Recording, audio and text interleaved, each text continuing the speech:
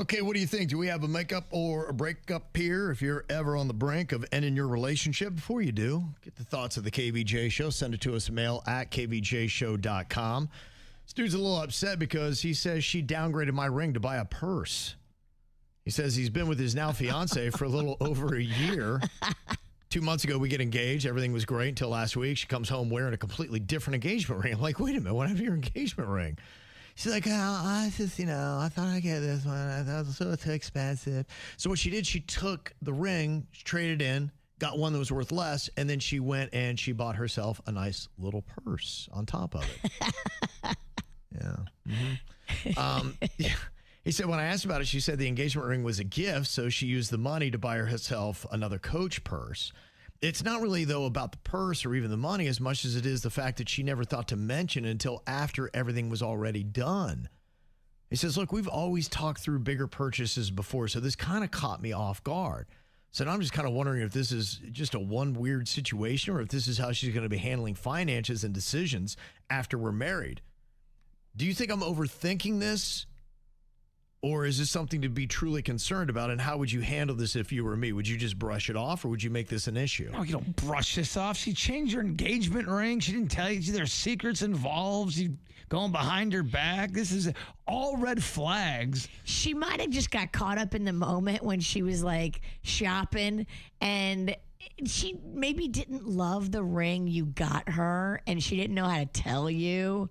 Okay. But this is definitely something that you have to talk to your man about. You can't switch out the engagement ring that he gave you. Why can't you do it this way? Why can't the engagement, like you asking someone to marry you, be the surprise, and then you guys just go pick out the ring together so everyone's happy and there's no confusion and you're not guessing? I mean, why can't you do it that way? Why does everything have to be so hard? Well, it's because of the proposal. It's a moment where he drops to one knee, pulls out the ring, and it's that moment. But without the ring, it's not the same. But you're going to get the ring you want? You can't win. I mean, I'm trying to come up with answers here. I think this happens a lot that a girl gets a ring. Maybe he didn't run it by her ahead of time and she doesn't love it. But if you don't love it, it's okay to say, right, hey, I'm going to have to wear this forever. And I am so excited to be your wife. I just don't love the style of ring. Right. Yeah, this is Can we go switch it out for one the same price that I do love? This is for me, this is the part of the wedding where when the priest goes, does anybody have anything to say right now? And as the groom to be, I do. I'm not going through with this. I'm out. It's just kind of inconsiderate to do it without him. You're allowed to do it, but it's just showing him that you really don't care about his opinion or feelings. Well, I just don't understand why people don't talk about. I mean, wouldn't you, if you're gonna get married? I don't know. I feel like you getting the ring should be something you guys could get together, and it doesn't have to be this big deal. You could still have this magical proposal. Sure. And do all this great, amazing romantic stuff, and then you guys can pick it out together, and it doesn't have to be that hard. I guess I don't understand this. I think a lot of mistakes have been made. This could be a learning moment for you two before you get married, because as you get married, look, you're going to reset boundaries. You're going to learn things about each other. You're not all the way there yet, but conversation needs to happen. Be like, you hurt my feelings. If you didn't like it, you should have communicated.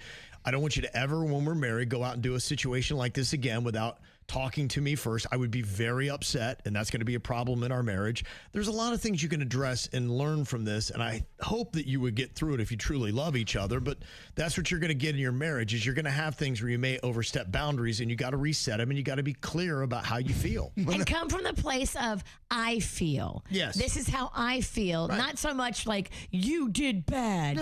No, this made me feel like my opinion didn't matter, and like you didn't love the ring I got you, and you never said anything, and it's all the things I don't want in a marriage. I want communication. Yep. I want a two-way street where we can talk about things. You just reminded me of somebody I know talking about the things they learned about marriage, and they go, you learn a lot about hatred.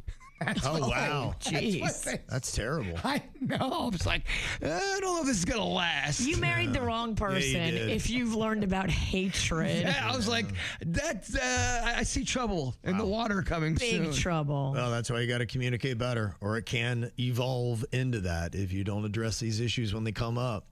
Somebody else want to know if this is a makeup or breakup. They say, would you be with someone who didn't defend you? Says, my girlfriend has a best friend who has never liked me.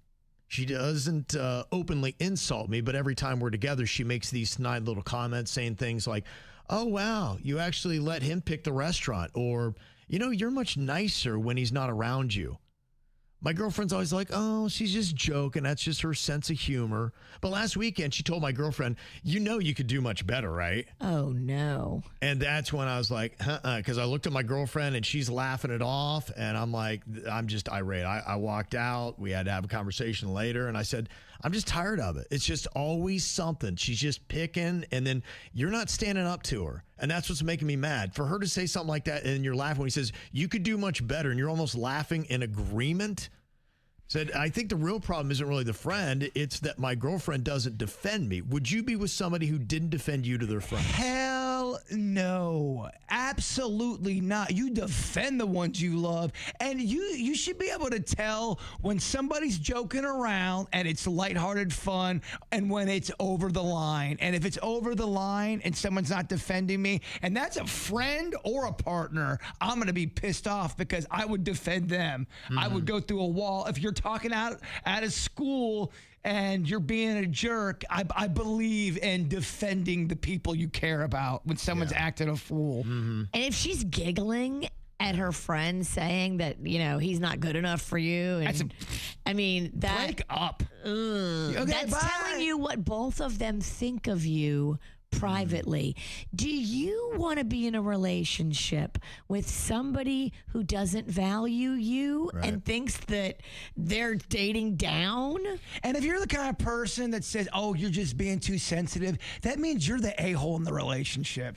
Yeah, I would give her one last chance. I'd be like, you need to talk to your friend. You let her know that doesn't happen. If this happens one more time where she insults me and you don't happen to say anything about it, it's over.